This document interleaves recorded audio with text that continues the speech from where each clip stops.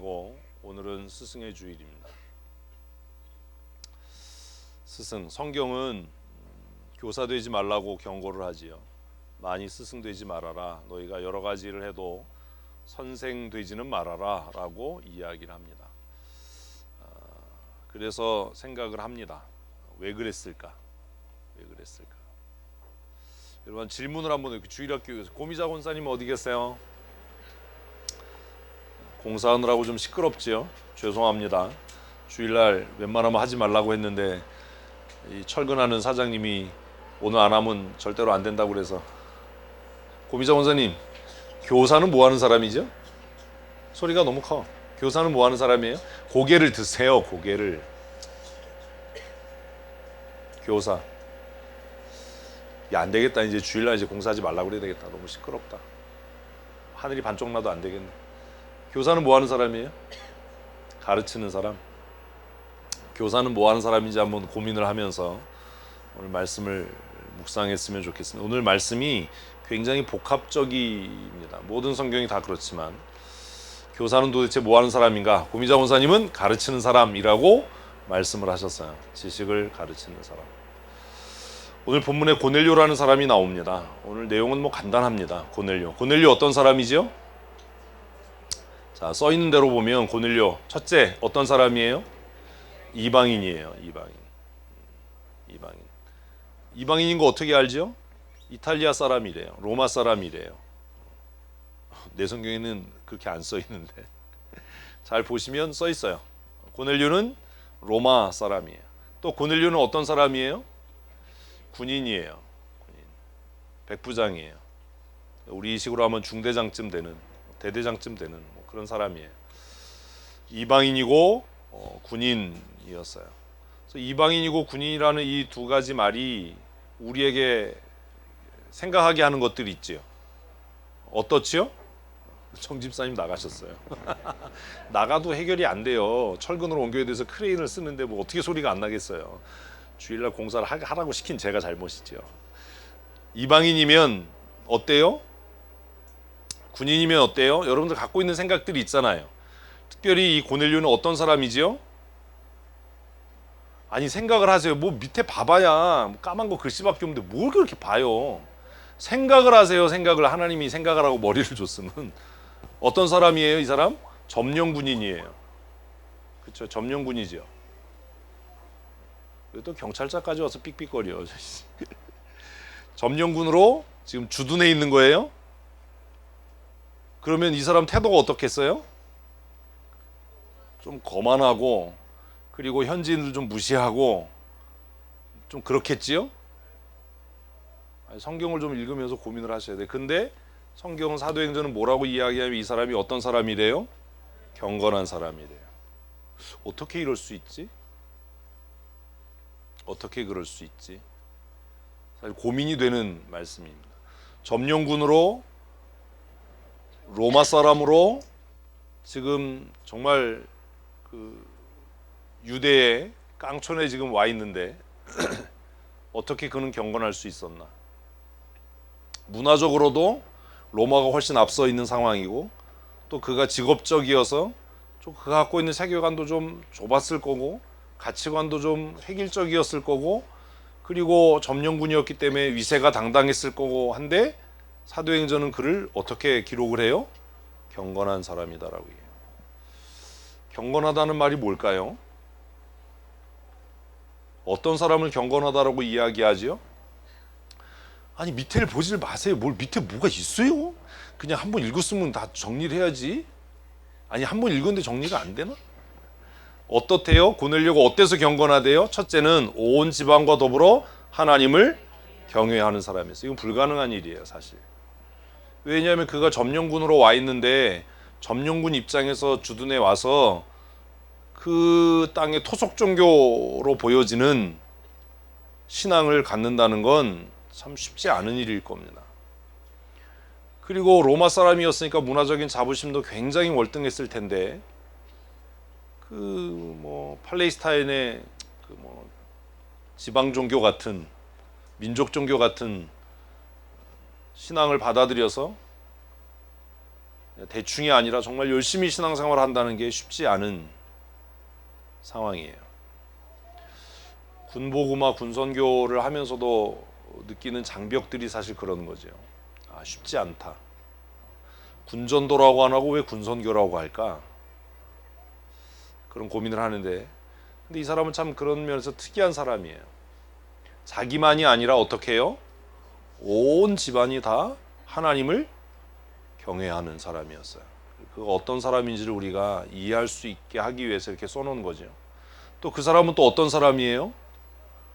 백성을 많이 구제했던 사람이에요. 압제하지 않고 정복자로 와서 점령군으로 그 땅에 주둔하면서 그 땅의 백성들을 사랑했던 그런 사람이었어요. 또 그는 또 어떤 사람이라고 이야기합니까? 항상 기도했던 사람이에요. 우리도 못하는 걸 하는 거예요. 참 특이한 사람이에요.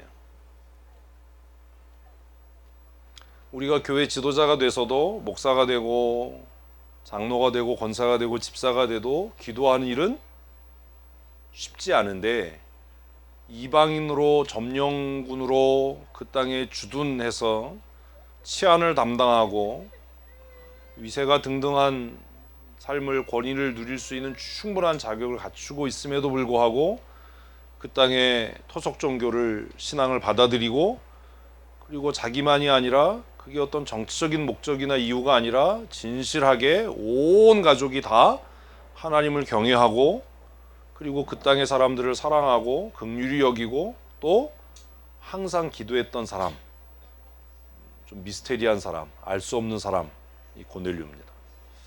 쉽지 않지요.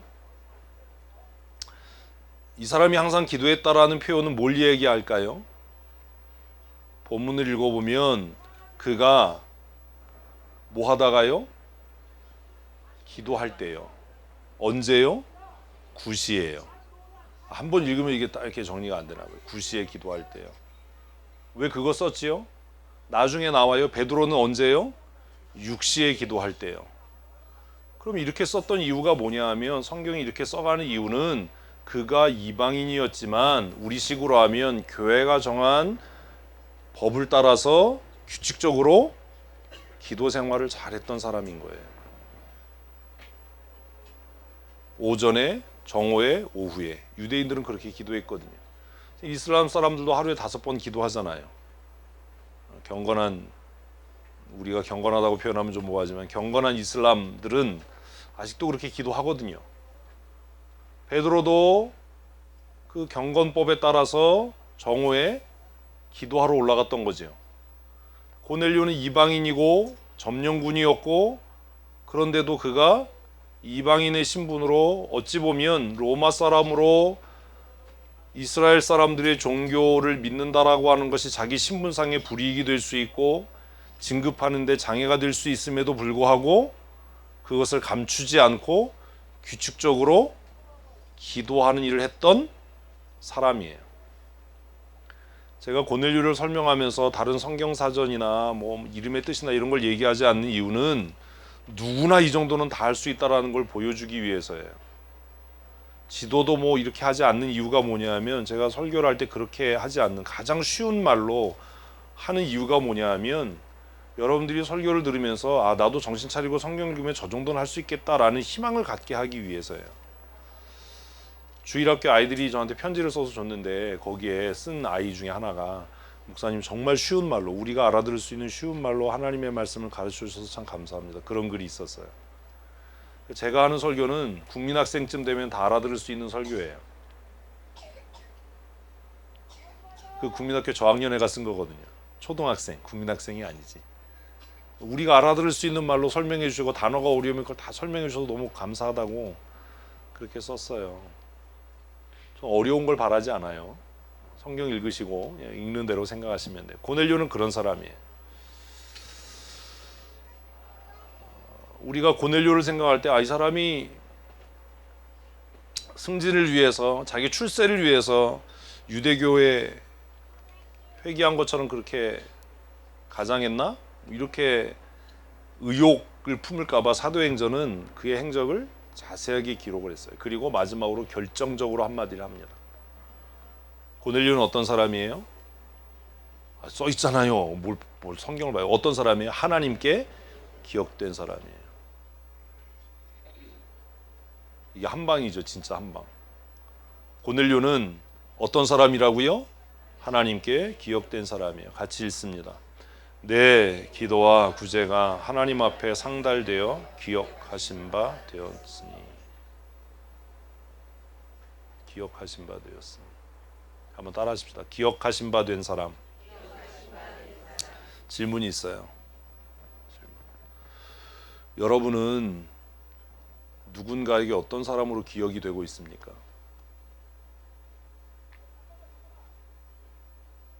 사실 이 본문을 지난주에 설교를 하려고 했었는데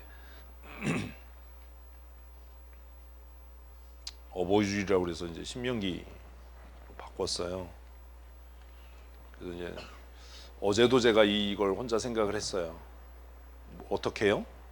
나는 하나님께 어떻게 기억되는 사람인가? 뭐 어렵게 하나님 이런 거 안 물을게요. 서로 한번 얼굴 쳐다보세요. 보라고 그래도 말을 안 들어. 진짜 말 지질나게 안 들어. 어떤 사람으로 기억되는, 말 징그럽게 안 듣는 사람으로 기억되는 거죠. 서로 보셨어요?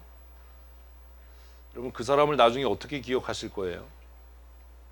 나는 어떤 사람으로 기억됐으면 좋겠어요? 우리가 하는 일상의 말, 작은 행동들이 어떤 사람에게 그런 사람으로 기억되게 하는 거죠. 조금 더 심각한 얘기 할까요? 여러분들은 저에게 어떤 사람으로 기억되길 바라세요? 어떤 사람으로 기억되고 있을까요?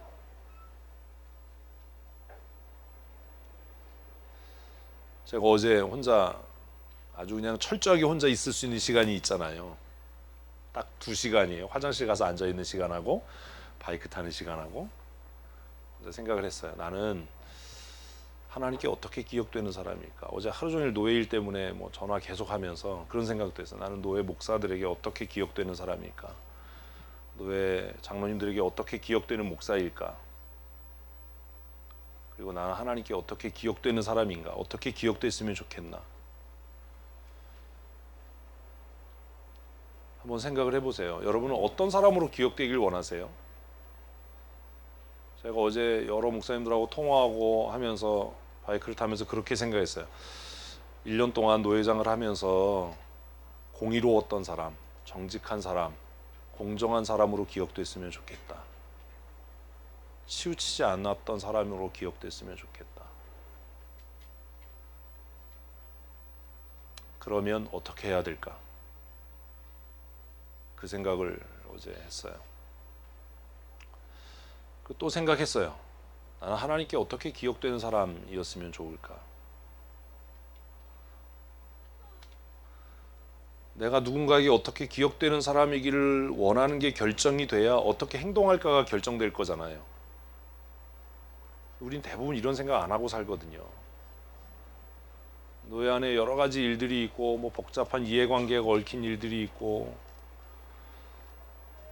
여러 사람하고 통화하고 하면서 나는 어떤 노회장으로 기억됐으면 좋을까를 생각하다가 공정한 사람, 정직한 사람, 정의로운 사람으로 기억됐으면 좋겠다.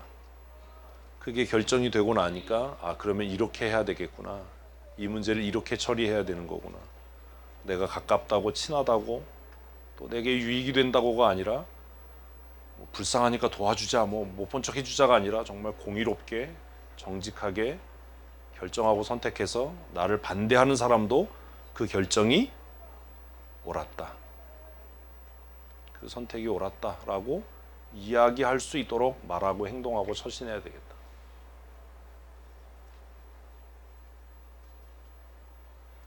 여러분은 어떤 사람으로 기억되기를 원하십니까? 제 머릿속에도 많은 사람들의 기억이 있어요. 제가 만났던 많은 장로님들, 많은 목사들, 또 많은 일반 성도들, 그리고 그 사람들은 제 머릿속에 그런 사람으로 기억되고 있어요. 저는 이 본문을 읽으면서 그 생각을 했어요.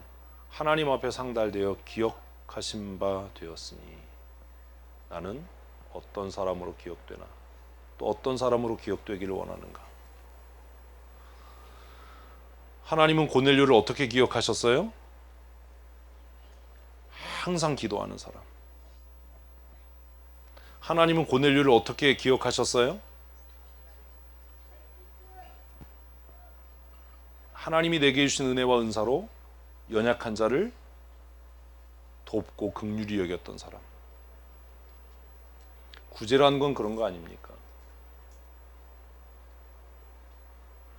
저 사람이 약하니까 내가 저 사람을 지배하고 이용하고 악용해야지가 아니라 긍휼히 여기고 불쌍히 여기는 겸손의 마음이 없으면 불가능한 것 아닙니까? 그래서 제가 그런 생각을 했어요. 아니, 하나님이 기억하실 게 고넬료가 참 많았을 텐데 왜 사도행전은 딱 두 가지를 이야기했나? 무엇과 무엇? 기도와 구제. 기도와 구제. 아까 그래서 고넬료의 경건이 뭐냐라고 이야기할 때 이 두 가지를 얘기한 거예요. 성경이 그렇게 얘기하니까. 이게 성경을 해석하는 방법이에요. 우리는 고넬료의 경건이 뭐냐라고 이야기하면 자꾸 다른 얘기를 하려고 하잖아요. 내가 생각하는 경건, 그건 네 생각이고, 본문은 뭐라고 얘기해요? 하나님께 너의 기도와 너의 구제가 기억된 바 되었다라고 이야기하니까, 아, 고넬료의 경건은 기도와 구제였구나. 그리고 이 기도와 구제가 자기만의 기도와 구제가 아니라 온 집안이 함께하는, 온 가족이 함께하는 구제와 기도였구나. 이게 하나님 앞에 기억된 바 되었구나. 나도 하나님 앞에 이렇게 기억되는 사람이었으면 좋겠다. 나도 누군가에게, 아, 그 목사님은, 그 장로님은, 그 권사님은 기도하는 사람이야. 그 사람은 긍휼히 여길 줄 아는 사람이야. 이렇게 기억돼야 되지 않겠습니까? 막 바쁘고 막 서두르긴 하는데 기도는 안 하고, 바쁘고 이런데 교만하고, 다른 사람에 대한 배려가 없고, 그렇게 기억돼야 되겠습니까? 하나님 앞에 복받기에 합당한 사람으로 기억되십시오. 그리고 하나님께만이 아니라 더 중요한 건 여러분과 함께 신앙생활하는 누군가에게 정직한 사람, 겸손한 사람, 온유한 사람, 신실한 사람으로 기억되는 사람이 되셨으면 좋겠습니다. 저와 함께 신앙생활하는 동안에도 그렇게 저에게 기억됐으면 좋겠어요.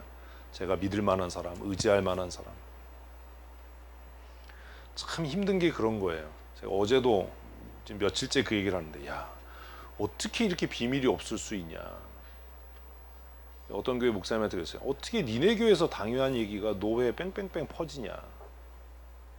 제가 몇 번 얘기했잖아요. 제가 여러분들에게 교회 안에서 한 얘기는 절대로 교회 밖에 나가서 하면 안 돼요.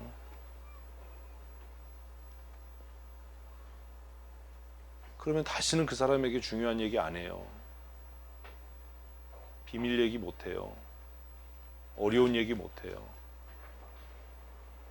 어제도 제가 그랬거든요. 참 신기하다. 어떻게 니네 교회가 당회를 했는지 안 했는지 어떻게 그 얘기가 다 그냥 퍼지고 다 돌고 어떻게 그러냐. 뭔 목사들이 입이 그렇게 싸냐. 무슨 장로들이 입에다가 무슨 뭐 그냥 도대체 무슨 생각을 하길래 돌아다니면서 그러냐. 제가 늘 얘기하잖아요. 권사회 안에서 있었던 일은 거기에서 끝.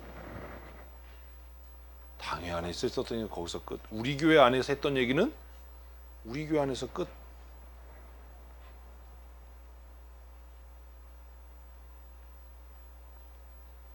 신실하지 못한 사람, 믿을만하지 못한 사람, 신뢰할 만하지 못한 사람, 중요한 비밀을 함께 나눌 수 없는 사람, 어떤 사람이어야 할까 고민을 좀 하셨으면 좋겠어요. 하나님 앞에 기억되면 기억된 바 된 대로 하나님은 갚으십니다. 싫으세요? 겁나세요?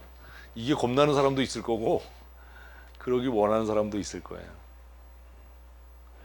하나님은 고넬료의 이런 것들을 기억하셔서 그에게 은혜 주시겠다라고 이야기합니다. 왜 신실하게 살아야 돼요? 왜 정직하게 살아야 돼요? 왜 손해보고 살아야 돼요? 왜 믿을 만한 사람으로, 신실한 사람으로 살아야 돼요? 그래야 그것이 기억된 바 되어서 하나님의 은혜와 복을 누릴 수 있을 것이기 때문입니다. 하나님께서 고넬료에게 주신 은혜와 복이 뭐예요? 5절 같이 읽습니다. 내가 지금 사람들을 요바에 보내어 베드로라 하는 시몬을 청하라. 그는 부두장이 시몬의 집에 유숙하니 그 집은 해변에 있다 하더라. 하나님이 베드로에게 주신 복이 뭐예요? 우리는 이걸 복이라고 생각 안 해요. 우리는 뭐 건강해지고 돈 많이 벌고 자식이 회개하고 예수 믿고 뭐 이런 걸 복이라고 생각하는데, 그렇게 하나님 앞에 기도와 구제가 기억된 고넬료에게 주신 하나님의 가장 큰 복은 뭐예요? 말씀을 듣게 하는 복이에요. 뭘 베드로야, 베드로. 말씀을 듣게 하는 복. 여러분들은 복에 겨워서 이게 복인 줄 모르는 거예요. 무엇을 들을 수 있는? 하나님의 말씀을 들을 수 있는 게 복이에요. 그래서 정말 고넬료에게 주신 큰 은혜는 욥바에 사람을 보내서 베드로를 청해라. 그리고 그가 어디 있는지까지 아주 소상하게 가르쳐 주잖아요. 네? 학생들은 쉬자고 그러고 선생님은 수업을 하자고 하는 이런, 그게 복인 줄도 모르고 왜 째려봐.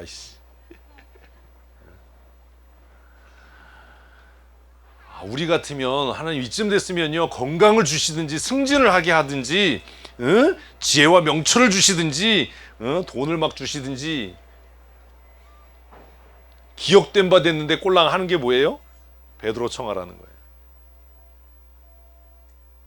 하나님이 우리에게 주시는 가장 큰 복은 뭐라고요?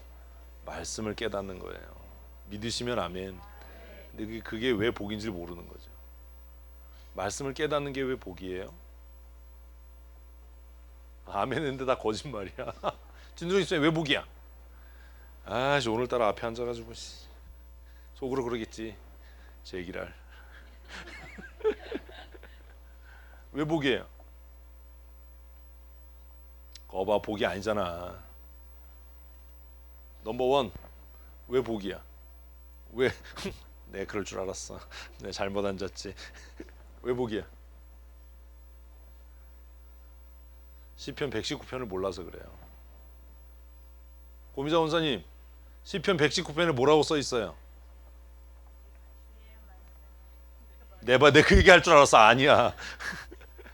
그것도 맞아요. 내 발의 등이고 내 발의 빛이니까.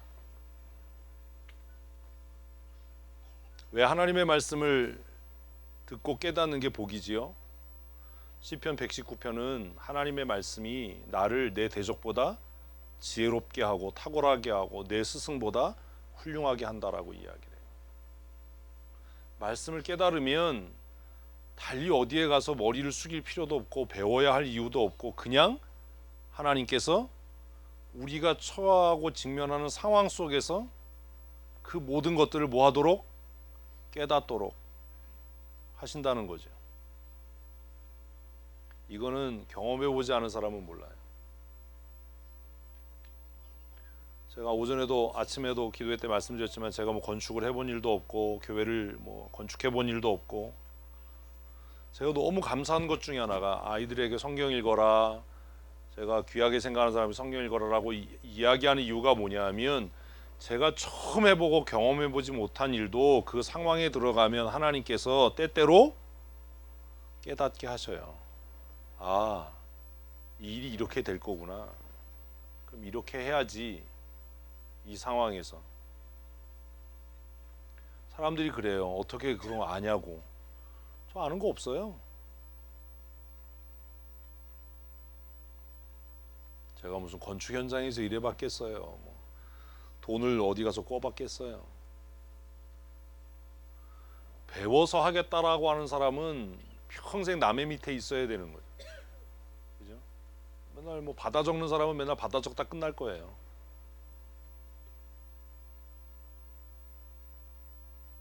그래서 예수 믿지 않는 사람들은 창의적인 사람 이야기하는데 그 창의성이 어디서 오냐? 성경은 뭐라고 이야기한다고요? 하나님의 말씀이 주는 지혜라고 얘기를 해요. 분별력이라고 얘기를 해요. 아, 이 상황에 어떻게 해야 되는 거구나. 이 상황에 적당한 말은 뭐구나. 이 상황에 이렇게 해야 되는 거구나 라고 하는 것들을 하나님께서 깨닫게 하셔요. 말씀을 듣는 게 왜 은혜고 왜 가장 큰 복인가? 우리는 그걸 몰라요. 왜?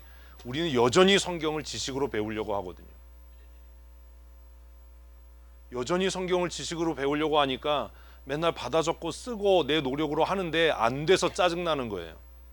내가 많이 배웠다라고 생각하는데 안 되니까 자존심 상하고 안 되니까 짜증나고 안 되니까 불만이 생겨요. 하나님이 주시는 지혜가 아니라 무엇으로요? 지식으로 성경을 자꾸 어떻게 해보려고 하니까요. 그러니까 점점 흥미가 없어지고 재미가 없어져요. 왜요? 내가 좀 알고 내가 앞서 나가고 이래야 재밌고 흥미가 있는데 뭐 해도 안 되니까 점점 흥미를 잃는 겁니다. 세상에 공부하고 다르잖아요. 해도 안 되잖아요, 사실. 물론 해본 일도 없지만 해도 안 되고 까만 건 뭐 그냥 잉크가 지나간 자국이고 하얀 건 종이고 이러니까. 여러분, 하나님이 주시는 가장 큰 은혜는 말씀을 듣고 깨닫게 하는 거예요. 들어야 깨닫지요. 그래서 고넬료에게 주신 가장 큰 은혜가 뭐냐면 지금 욥바로 사람을 보내서 뭐 해라? 베드로를 청해라. 그리고 그가 어디 있다? 라고 말씀하셨어요. 고넬료는 즉시 주저하지 않고 하인 둘과 자신의 병사 하나를 보냅니다. 우린 또 그 아주 바리새인 같은 사람들은 그럴 거예요. 왜 권력을 남용하냐? 왜 군인을 왜 사적인 일에 쓰냐? 굉장히 경건하고 정직한 것 같이 보이지요. 아주 인본적인 거예요. 성경 읽으면 그런 거 재밌잖아요. 7절에 있지요. 하인 둘과 부하 가운데 경건한 한 사람을 보내요. 그러면 이런 얘기하면 야단 맞으신데 운동권에 있는 사람들이나 뭐 스스로 경건하고 거룩하고 정직한 사람은 왜 사적인 일에 왜 권력을 남용해서 쓰냐. 고넬료가 왜 자기 병사 하나를 보냈을까요? 이건 그냥 여담이에요. 그런 걸 배워서 자신의 그 한계를 극복할 수 있어요. 아주 바리새인적으로 사는 사람들이 많거든요. 어쨌든 세 사람을 보냅니다. 뭐 나중에 궁금하면 개인적으로 오세요. 이 사람들이 욥바까지 가는데 이틀이 걸렸어요. 가까운 거리가 아니었죠. 하나님은 보냄을 받은 사람들이 욥바에 도착할 때까지 기다리셨어요. 우리가 기도한다고 우리가 원하는 때에 이루어지는 게 아닙니다. 하나님의 역사는 언제요? 하나님의 때가 되면 다 되는데 왜 자꾸 설치고 나대고 왜 그러냐. 기다려라 좀. 자꾸 좀 앞서가려고 그러지 말고 기다리면서 할 일은 좀 꼼꼼하게 하고 할 일도 안 하면서 나대지 말고. 9절 읽습니다. 이튿날 그들이 길을 가다가 그 성 가까이 갔을 때에 이틀 동안 하나님은 기다리셨어요. 그들이 이틀 걸렸으니까 이틀 동안 기다리신 거예요. 에? 그들이 3일 만에 도착했으면 3일째 하나님은 역사하셨을 거예요. 이게 무슨 얘기인지 아세요? 하나님은 언제 역사해요? 내가 준비될 때요. 어떻게 이렇게 피해가는 은사를 갖고 있어요? 하나님은 언제 역사해요? 내가 준비될 때요. 왜 하나님이 나에게 복을 안 주셔요? 복을 누릴 만한 준비가 안 된 거예요. 왜 성경 읽어도 안 깨달아져요? 아직도 교만하니까 안 깨달아지는 거예요. 그거 깨닫게 하면 막 난리를 칠 테니까. 뭐가 있어요? 하나님이 정하신 때가 있어요. 근데 그때는 유동적이에요. 그때가 고정돼 있으면 그건 운명론이에요. 하나님이 정하시는 때는 쉽게 이야기하면 내가 뭐된 때? 준비된 때예요. 그들이 이틀이 걸려서 베드로가 있는 성에 가까이 갔을 때에 하나님은 때에 맞춰서 하나님의 일을 하세요. 너무 멀리 있는 거 고민하지 마세요. 뭐 회의하면 뭐 되지도 않을 뭐 앞으로 새까맣게 남은 걸 뭐 점검하고 고민을 해. 그런 쓸데없는 짓 좀 하지 좀 마라. 그냥 이번 주 거, 내일 우리가 해야 되는 일, 지금 당장 우리가 해결해야 될 일, 그냥 막 그냥 제발 좀 그러지 말고 하나만 한 소리 하지 말고. 그들이 성에 당도했을 때, 이틀이 걸려서 당도했을 때에 하나님께서는 뭘 하신다고요? 하나님이 일을 해요. 이게 문제예요. 고넬료가 참 특이한 게 그런 거예요. 이게 말씀과 경건한 사람의 삶과 그렇지 않은 사람의 삶의 차이예요. 제가 누구에게 뭐 사람 머리에서 누구 데려와 그러면 대부분 교만하거나 진짜 머리 나쁜 돌대가리거나 순종하지 않는 불순종의 사람들은 뭐라고 얘기하냐면, 그러면 그 사람이 내가 가서 오라고 그러면 올까요? 이거 물어요. 꼭. 그러겠어요? 안 그러겠어요? 네 일이나 그냥 하세요. 네 일이나. 네 일하면 나머지는 뭐? 하나님이 하셔요. 왜 쓸데없는 소리 하냐. 그 야단치면 그래요. 또 잘 설명해 주지 그런다고. 성경 좀 읽어라 이씨. 성경에 뭐라고 돼 있나. 여러분, 이방인인 고넬료가 사람 보내서 베드로 오라고 그러면 베드로 오겠습니까? 안 오겠습니까? 대답을 하네. 올까요? 안 올까요? 안 오지요. 그런데 하나님이 야 사람 보내서 베드로 청에서 데리고 와 라고 했는데, 고넬료는 하인 둘과 그것도 로마 군인 하나를 붙여서 보냈으면 베드로가 오겠어요? 안 오겠어요? 안 올 거라는 걸 고넬료가 알아요? 몰라요? 바보입니까 고넬료가? 우리가 이 생각을 못하는 우리가 바보지. 성경을 읽으면서 안 올 거잖아요. 그런데 왜 고넬료 순종하지요? 왜 하나님 앞에 다시 안 묻지요? 이게 경건이에요. 기도는 한다고 하는데 뭐 이유가 많고 뭐 그러면 어떡하죠? 뭐 이런 소리 하고 기도 헛한 거예요. 그 사람 기도하는 사람 아니에요. 이유가 없잖아요. 순종에는. 하지만요, 뭐 그렇지만요.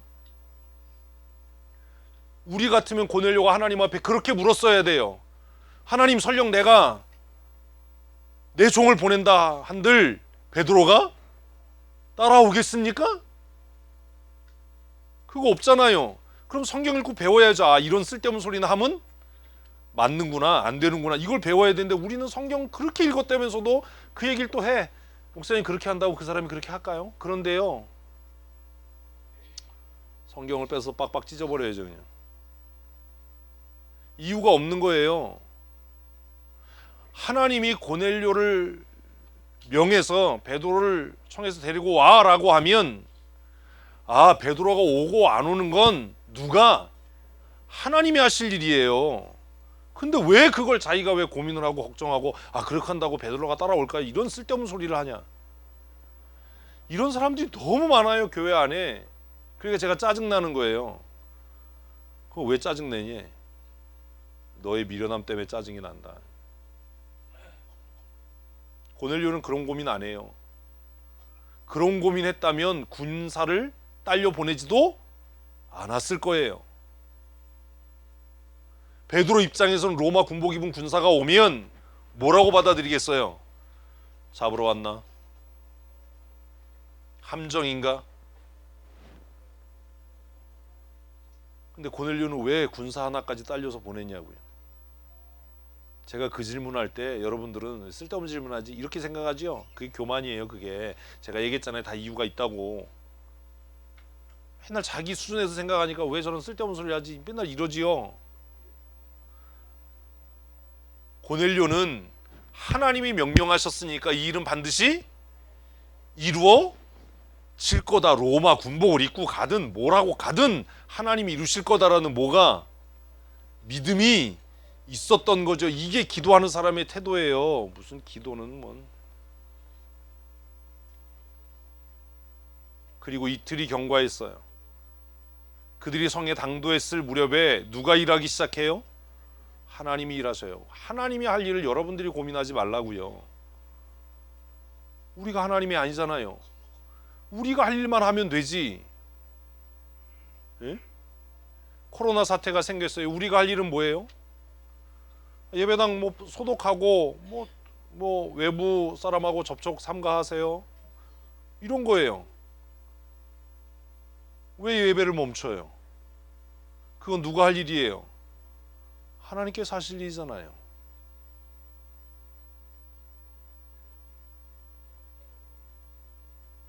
내가 해야 할 일과 하나님이 하실 일에 대한 구분은 있어야죠. 이게 말씀을 듣는 지혜죠.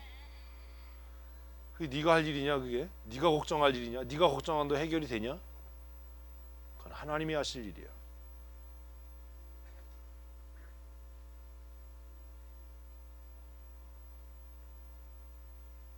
이틀이 지나고 그들이 성읍에 가까이 갔을 때 같이 읽습니다. 베드로가 기도하려고 지붕에 올라가니 그 시각은 제 6시더라. 하나님이 하시는 일을 봐요. 언제까지 기다리신 거예요? 베드로 배고플 때까지요. 아니 성경을 읽으면서 이해를 못해. 이게 배고픈 것도 은혜야. 베드로가 뭐 할 때까지? 배고플 때까지. 아이 10절을 읽어야 되는구나. 그래야 이게 왜 배고픈 때인지 아는구나. 같이 읽습니다. 그가 시장하여 먹고자 하매 하나님은요 허투루 일하지 않아요. 괜히 설레발치고 뭐 걱정하지 말라고요. 때가 되면 누가 하나님이 하실 줄로 믿으십시오. 우리가 할 일만 하면 돼요. 뭘 그걸 나서가지고 뭐. 하나님은 이 일을 이루시기 위해서 이틀을 기다리셔요. 그리고 언제까지 기다려요? 베드로가 배고플 때까지 기다려요. 이 우스갯소리 같지만 자 보세요. 베드로 언제도 기도했을 거예요. 아침에 기도했을 거예요. 그죠? 그때도 하나님이 역사하지 않았어요. 왜요? 배 안 고프니까. 뭐가 됐어요?